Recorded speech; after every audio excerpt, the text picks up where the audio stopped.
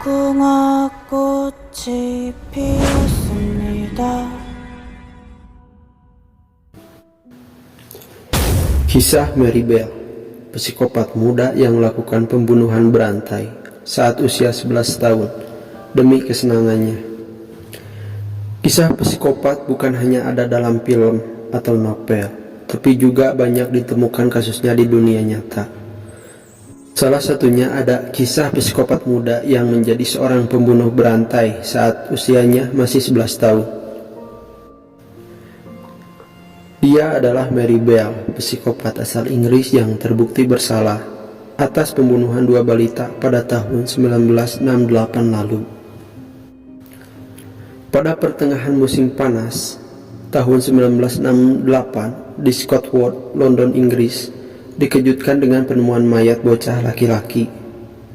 Diketahui anak laki-laki tersebut bernama Martin Brown yang berusia 4 tahun. Ia ditemukan terbujur kaku dan tak bernyawa di sebuah rumah kosong dengan darah dan air liur yang menetes di pipinya. Karena tak ditemukan tanda-tanda kekerasan, polisi menyimpulkan jika kematian Martin hanya karena kecelakaan yang tak disengaja. Namun, beberapa minggu kemudian, polisi kembali dikagetkan dengan kematian Brian Howe yang baru berusia 3 tahun. Brian ditemukan tewas di tempat di mana anak-anak biasa bermain di kawasan Scottswood.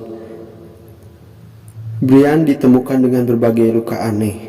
Ada bekas tusukan di pahanya, alat kelaminnya, sebagian dimutilasi dan rambutnya dipotong.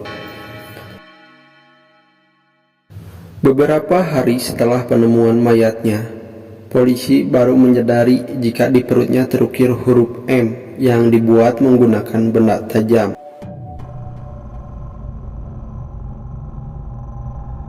Seperti gunting atau silet. Warga pun panik melihat kematian dua anak dalam selang waktu tak terlalu lama. Polisi pun mulai curiga dengan anak-anak di sekitar daerah tersebut. Mereka mulai mengawasi perilaku anak-anak di sana. Saat mengawasi, polisi curiga dengan gerak-gerik dua anak perempuan yang selalu terlihat aneh saat bermain bersama anak-anak lain. Akhirnya, polisi mencoba menginterogasi anak-anak yang sering bermain di taman itu. Betapa terkejutnya polisi saat menginterogasi dua anak yang mereka curigai. Norma Bell yang baru berusia 13 tahun terlihat semangat saat ditanyai tentang pembunuhan tersebut. Selama interogasi, bahkan Norma selalu tersenyum, seolah pembunuhan ini adalah lelucon dan hal yang menyenangkan. Tak hanya Norma, polisi juga menginterogasi Mary Bell yang berusia 11 tahun. Berbeda dengan Norma, Mary lebih tertutup dan menghindar saat ditanya. Anehnya, saat ditanya tentang pembunuhan, Mary mengaku melihat Brian bersama seorang anak laki-laki sebelum kematiannya. Namun, setelah diselidiki, anak laki-laki yang dimaksud Mary ternyata sedang berada di bandara saat pembunuhan terjadi. Selain itu, Mary juga menyebutkan ia melihat gunting sebelum kematian Brian. Padahal gunting adalah barang bukti rahasia dalam kematian Brian. Seorang polisi bahkan melihat Mary yang bahagia menyaksikan peti Brian dibawa dari rumahnya. Mary terlihat tertawa dan menggosok kedua tangannya. Namun anehnya Mary malah menuduh Norma melakukan pembunuhan ini. Norma yang kaget akhirnya menceritakan yang sebenarnya. Ternyata Norma ada saat Mary membunuh Brian dan dengan bantuan Norma akhirnya polisi berhasil menangkap Mary. Anehnya saat persidangan, Mary mengaku membunuh karena semata-mata untuk kesenangannya.